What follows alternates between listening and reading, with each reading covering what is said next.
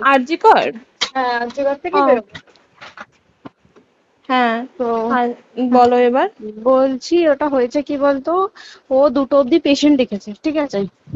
রাত্রে পেশেন্ট দুটো? রাত্রি 2টো, ঠিক আছে। আচ্ছা। 2টো অব্দি পেশেন্ট ডেকেছে, দেখে রুমে এসে অনলাইনে অর্ডার করে 4জন বন্ধু মিলে খেয়েছে, ডিনার হুম করেছে। হুম করে ও খুব টায়ার্ড ছিল, যেহেতু 36 ঘন্টা ডিউটি ছিল, হুম টায়ার্ড ছিল। ও কি করেছে, ওই সেমিনার রুমে গিয়ে হুম শুয়ে পড়েছে একটা রেড কালারের ব্ল্যাঙ্কেট ঢাকা দিয়ে। হুম কিন্তু তারপরে মানে সেমিনার রুমে এমনি কি তোমাদের ওরকম সেমিনার রুমে টুমে ঘুমানো হয়? মানে আমি যদিও কোনো আইডিয়া নেই, ওই জন্য জিজ্ঞেস করছি। না, এবার একটা রেসিডেন্টাল ডক্টর রুমস থাকে, আচ্ছা। বুঝতে পেরেছিস, তারপরেও সেমিনার থাকে। এবার হুম। সেমিনারে একটা বেড থাকে, আর আচ্ছা ডক্টরস রুমে 2টো 3টে যেরকম বড় ঘর হবে সেরকম বেড পাতা থাকে। আচ্ছা আচ্ছা। মেনলি ডক্টরস রুমে শোয়ার কথা, ঠিক আছে। হুম হয়েছিল কি, ওকে বডিটা পাওয়া গেছে সেমিনার রুমে, হুম কিন্তু ঘুমাচ্ছিল ডক্টরস রুমে। যে হুম রুমটা তোর এখন ভাঙা হয়েছে, দেখেছিস রুমটা ভেঙেছে, হুম হুম হুম হুম একটা ভিডিও ঠিক দেখছিলাম। বাথরুমের পাশেই, হুম ঠিক আছে, মানে বাথরুমটাকে অজুহাত দিয়ে হুম ওই রুমের দেয়ালটা ভেঙে দিয়েছে। অ্যাকচুয়াল কাণ্ডটা ঘটেছে তোর ইয়েতে, ওই রুমটার ভেতরে, ডক্টর রুমে? ডক্টরস রুমে। ডক্টরস রুমে ঘটনাটা ঘটেছে, ওই বডিটাকে তো ডক্টর ধস্তাধস্তি। রুমে ওই দিন আর কেউ ছিল না, খালি মানে অনলি ওই দিদিটাই ঘুমাচ্ছিল? হ্যাঁ, এবার তোকে আমি বলি, অন কলে নিশ্চয়ই একজন থাকবে না, ও হুম জুনিয়র সিনিয়র মিলিয়ে থাকে, এমনকি থার্ড ইয়ার একজন থাকবে, সেকেন্ড ইয়ার একজন থাকবে, হুম প্লাস ফার্স্ট ইয়ারের ইন্টার্নশিপরা যারা থাকে তারা ইন্টার্নরা থাকে। হুম আর চেস্ট এমন একটা ওয়ার্ড হচ্ছে, কোভিড এর পর থেকে প্রায় হামেশাই সবার শ্বাসকষ্ট হচ্ছে, মানে আসছে মানেই শ্বাসকষ্ট হচ্ছে।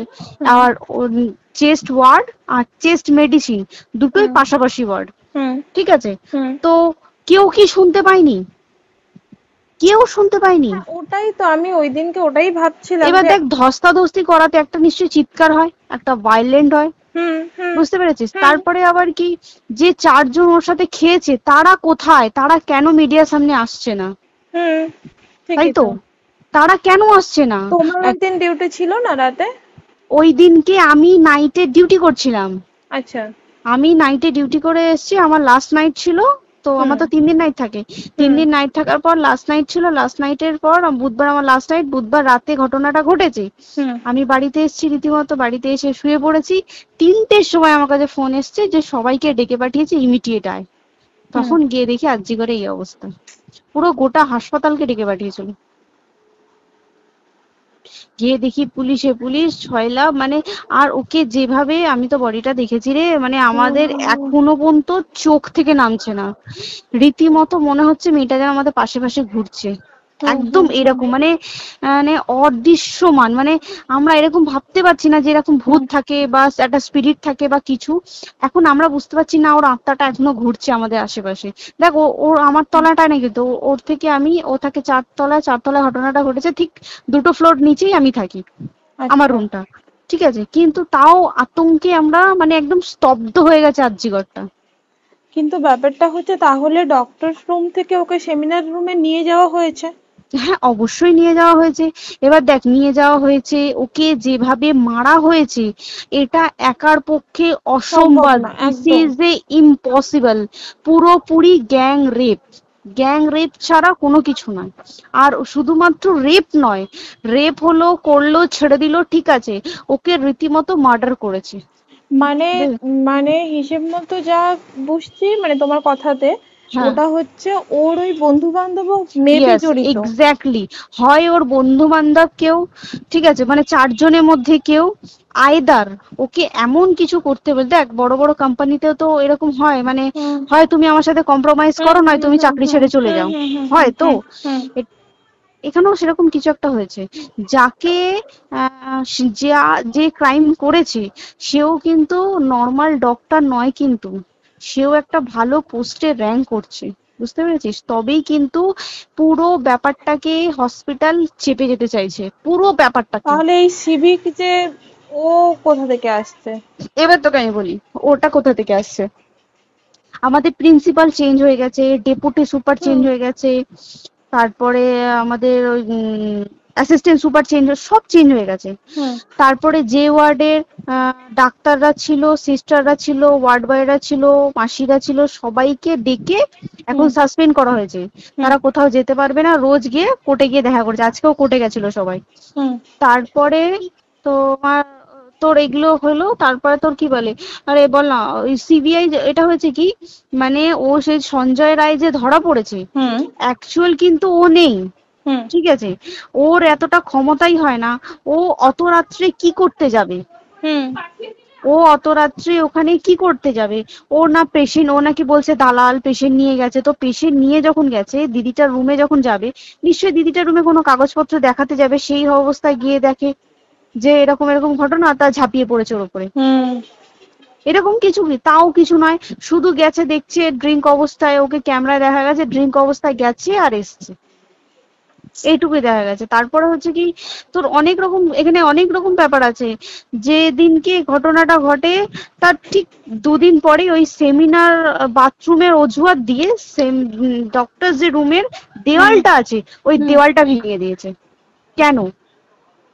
প্রথমে ওকে বললো সুসাইড করেছে, আমাদের যখন ফার্স্ট খবর আছে তখন সুসাইড করেছে। হুম তারপরে যখন হসপিটালে যাই তখন গিয়ে শুনছি নাকি না সুসাইড করেনি, এটা রেপ করেছে, রেপ করে মার্ডার করা হয়েছে। হুম বুঝতে পারলি, এখানে বিশাল বড় একটা গেম চলছে। এবার আর যে ওর উপর কি রাগ ছিল মানে? হ্যাঁ হ্যাঁ হ্যাঁ হ্যাঁ হ্যাঁ হ্যাঁ, একদম আমি তোকে কি বললাম, শোন, তুই যদি কারোর সাথে কম্প্রোমাইজ করিস তাহলে তোর পোস্ট হুম বাড়বে, হুম হুম তুই হুম কারোর সাথে কম্প্রোমাইজ করবি না তোকে মার্ডার করে দেবে। মানে মানে ওরকম টাইপের কিছু বলছো তো? এরকমই টাইপের কিছু একটা ছিল। আইদার খুব রাফ, মানে খুব রাগ, খুব মানে খুব ওর উপরে খুব ফ্রাস্ট্রেশন ছিল, যারই ছিল খুব ফ্রাস্ট্রেশন ছিল। শুধু ওকে মারিনি রে, রীতিমতো মার্ডার করেছে। ওর যে ক্ল্যাচারটা ছিল, হুম ওর আমি ইউরিন, শুনেছি এটা। ওর ইউরিনের রাস্তায় ক্ল্যাচারটা ঢুকিয়ে দিয়েছে, তুই ইস, জানিস? মানে কি বলবো, মানে ওকে দেখা যাচ্ছে না, আমরা তো দেখেছি নিজের চোখে, ওকে দেখা যাচ্ছে না, মানে একটা ব্লিড। মৃত্যু কতটা, মানে এই তো মানে প্রচন্ড কষ্ট পেয়ে একটা মেয়ে মারা গেল না? আর ওর যে গলাটা চেপে ধরেছে, আহ ওর ওই চেপে ধরাতে মানে এতটাই জোরে চেপে ধরেছে যে ওর চোখ ফেটে রক্ত বেরিয়েছে। আহ, ছি, ছি, ছি। বুঝতে পেরেছিস? মানে মানে কি বলতো, যদি ধরা পড়ে না, উচিত মানে যারা এটার সঙ্গে দায়ী না আর এই ওদের। যে সিবিআইটা হয়েছে, সিবিআইটা একমাত্র আমাদের জোরেতেই সিবিআইটা এসছে। হুম মানে আমরা ওই সঞ্জয় রায় একার পক্ষে সম্ভব না এইসব। তারপরে পোস্টমর্টম রিপোর্টে তুই জানিস ওই আমাদের ভাজাইনা থেকে 150 গ্রাম স্পাম বেরিয়েছে। ইস, পোস্টমর্টম রিপোর্ট 150 গ্রাম স্পাম, মানে বুঝতে পারছিস? Hmm not a calculated, minimum minimum কম করে 6 থেকে 7 জন করেছে ওকে রেপ। ছি ছি ছি। ওই জন্যই তো আমরা এতটা বেশি ভাইলেন্ট হয়ে গেছি, বুঝতে পেরেছিস? আর তারপরে আমাদের দেখো, একটা মেয়ে তার কাজের জায়গাতেই ছিল, এমনটা নয় যে রাস্তাঘাটে কোনো বিপদ, ও তার কাজের জায়গাতেই আরে সেফ নয়। শোন, কেউ যদি স্ব ইচ্ছায় কারোর সাথে রিলেশনশিপে গিয়ে করতে চায় সেটা আলাদা জিনিস, কিন্তু হুম ঠিক হুম আছে, কিন্তু কেউ কারো বিরুদ্ধে এইভাবে করতে পারে না রে। তুই জানিস না, মানে ওয়ার্ডে দেখ, কম বেশি আমরা সবাই ঘুমাই, কম বেশি আমরা হুম সবাই জেগে হুম থাকি, জেগে তো থাকি, তাতে কি কেউ শুনতে পায়নি? তার কি একদম সেটাই। ভাইলেন্স ছিল না? যদি কেউ না শুনতে পারে তাহলে ওর খাবারে কেউ কিছু মিশিয়েছিল, হুম তাই কি না? হুম হুম সেটাও পোস্টমর্টম রিপোর্টে মানে লিক করছে না যে কেন খাবার খাবার ও তো খাবারটা খেয়েছিল, সেটা তো নিশ্চয়ই পেটেই ছিল, পেট থেকে তো হুম বমি করে বের করে দেন, সেটা তো ফরেনসিক রিপোর্টে কিছু বলবে। হুম আর তুই জানিস না, দেনার দেন মানে ধর পোস্টমর্টম রিপোর্ট আসতে 3 দিন সময় লাগে। হুম ও যেদিনকে মরেছে ঠিক তার পরের দিনকে বিকালবেলা পোস্টমর্টম রিপোর্ট বার করে দিয়েছে, মানে বডি বার করো আর পোড়াও, হুম 10 সেকেন্ডের মধ্যে ওর বাড়িতে নিয়ে গেছে, তারপরে বডি পুড়িয়ে দিয়েছে। মানে কি বলবো, হসপিটাল, মমতা ব্যানার্জি, সবাই মানে তৃণমূল প্রত্যেক সবাই হুম এটাকে পুরোটাই কেসটাকে চাপা দিতে চাইছে, পুরোটা পুরোটা। তবে তুই ভাব, যে মানুষটাকে এত ক্ষতবিক্ষত ভাবে মেরেছে, তাকে অভিষেক ব্যানার রেপ কি কলকাতায় প্রথম হলো? নয়, হুম বিভিন্ন জায়গায় বিভিন্ন ভাবে রেপ হয়েছে, হুম ধরা পড়েছে, ফাঁসি হ্যাঁ হয়েছে কি হুম জেল হয়েছে। হুম অভিষেক বন্দ্যোপাধ্যায় কেন বললো জাস্ট ইট তোর কি বলে এনকাউন্টার করতে? মানে কি, সঞ্জয়কে যদি এনকাউন্টার করে পুরো কেসটা চাপা পড়ে পুরো যাবে, কেসটা চাপা পড়ে যাবে একদম। স্টুডেন্টরা ঠান্ডা হয়ে যাবে, হুম হুম আর আমরা সেটা মানবো না। আমরা সেটা হতেই দেব না। তাতে যদি চাকরি মানে আরজিকরটাকে সিল করতে হয় তাতেও আমরা রাজি আছি, সিল করে দেওয়া হোক আরজিকর, সিল করে দেবে মনে হচ্ছে যদি ঠিকঠাক ভাবে। এবার ওই জন্য আমাদের দাবিতে সিবিআই এসছে। এবার তুই একটা কথা বল, যখন দেখতে পাচ্ছে মমতা ব্যানার্জি যে কলকাতা পুলিশ আমাদের জন্য কিছু করতে পারছে না, আমরা কিছু মানতে পারছি না, 7 দিন ধরে বার করতে পারছে না, তাহলে সেটা 2-3 দিনের মধ্যে কেন হ্যান্ড ওভার করে দিল না? তাই তো। তাই কি না? তারপরে দেখ পিডব্লিউডি একটা লো পোস্টের মানুষ, মানে যারা ভাঙচুর করে, মানে সিমেন্টে যারা কাজ করে তাদেরকে পিডব্লিউডি বলে। এবার পিডব্লিউডির নিশ্চয়ই হায়ার অথরিটি থেকে অর্ডার এসছে তবেই ওরা গিয়ে ভেঙেছে। ওরা নিশ্চয়ই পাগল নয় দুম করে গিয়ে কোনো গভর্নমেন্ট প্রপার্টি ভেঙে দেবে। অর্ডারটা কে পাস করলো যে এখনই চেস্ট ওয়ার্ডটাকে ভাঙতে হলো? সিবিআই আসা পর্যন্ত অপেক্ষা করতে পারতো। কারণ আজকে অত বড় বিক্ষোভ হবার কারণ কি হচ্ছে? একটাই কারণ, যে মেয়েটি মারা গেছে ঠিক আছে, কিন্তু তাকে এত বেশি মলেস্ট করে, এত বেশি রেপ করে বা বেশি ওকে মেরেছে, তার কি কোনো প্রতিবাদ নেই? তুই কোথায় সেফ পাবি তুই আমাকে বল? তুই ধর চাকরি ছেড়ে, আজকের সরকারি চাকরি ছেড়ে তুই প্রাইভেটে যাই, প্রাইভেটেও তো তাই একই অবস্থা। একদম একদম প্রাইভেটেও একই অবস্থা। তুই কোনো চায়ের দোকান খুলে বসবি, অনার্সশিপে তুই বসলেও তাও এসে তো হাজার ছেলেরা থাকে, হাজার ছেলেরা টিস করে, তুই কোথায় কি করবি? তাহলে আমাদের সেফটি কোথায়? আমাদের মুখ্যমন্ত্রী মমতা ব্যানার্জি সে একটা লেডি হয়ে তাহলে আমাদের কি সেফটি দিয়েছে? আমাদের কি লক্ষ্মী ভান্ডার দিলে this is a problem solve? পুরো মাসের আমাদের কি সব খরচা চলে যায় লক্ষ্মী ভান্ডারে? জানি না, আই ডোন্ট নো। মানে আমরা প্রচুর ক্ষেপে আছি, প্রচুর। মানে এর বিচার না চাওয়া পর্যন্ত তুই ভেবে চল কি এটা সলভ হবে না। আমরা বিচার নিয়ে আমি 2 দিন ধরেই ভাবছিলাম তোমাকে ফোন করবো, কিন্তু মানে এটা ওটাতে হয়ে উঠছে না। আর তোমাকে তো আমি ওই দিন রাতেই হোয়াটসঅ্যাপ করলাম না, এবার তখনই না আমি ব্যাপারটা অতটা বুঝতে পারিনি। আর আমার তার পরের দিনই ভোরবেলা ডিউটি, তা আমি খুব সাবধানে থাকিস, খুব সাবধানে থাকিস। হ্যাঁ তাই তো, এখন মানে তোমরাও সাবধানে থাকো সবাই। কি বলবো বল, কিছু বলার নেই। দেখ আমাদের মধ্যবিত্ত মানুষরা, আমাদের চাকরি করে খেতেই হবে, সোজা কথা। তাই কিনা বল? বাবা এত পুঁজি নেই যে বসে বসে খাবো, ঠিক আছে? সেই মেন্টালিটিও নেই, পুঁজি যদিও থাকে মেন্টালিটিও নেই। হ্যাঁ, বাবার পুঁজিতে খাবে।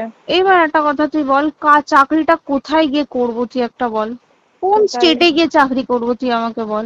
ওই যেমন মানে এটা হয়তো আমার মা যেমন বাড়িতে থেকে 7টার মধ্যে ঢুকে যাও, দিদিকে তো ধরো অনেক রাত অব্দি 9:30 10টা অব্দি ল্যাবে থাকতেই হয় না।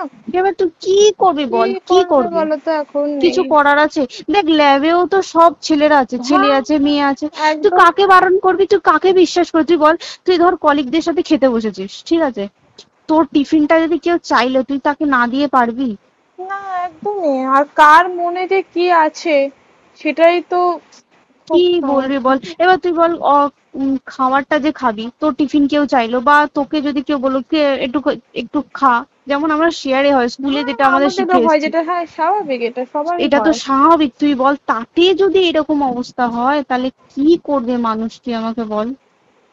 আজকেও তো তাই আমাদের দেখ না, 11টা থেকে আমাদের তোর ক্যান্ডেল দিয়ে হোয়াইট ড্রেস পরে সব শ্যামবাজারে একতা হবে। এখন আবার বৃষ্টি শুরু হয়েছে, কে জানে কি প্রচুর বৃষ্টি শুরু হলো, কি হবে জানি না। ঠিক আছে গো, টাটা।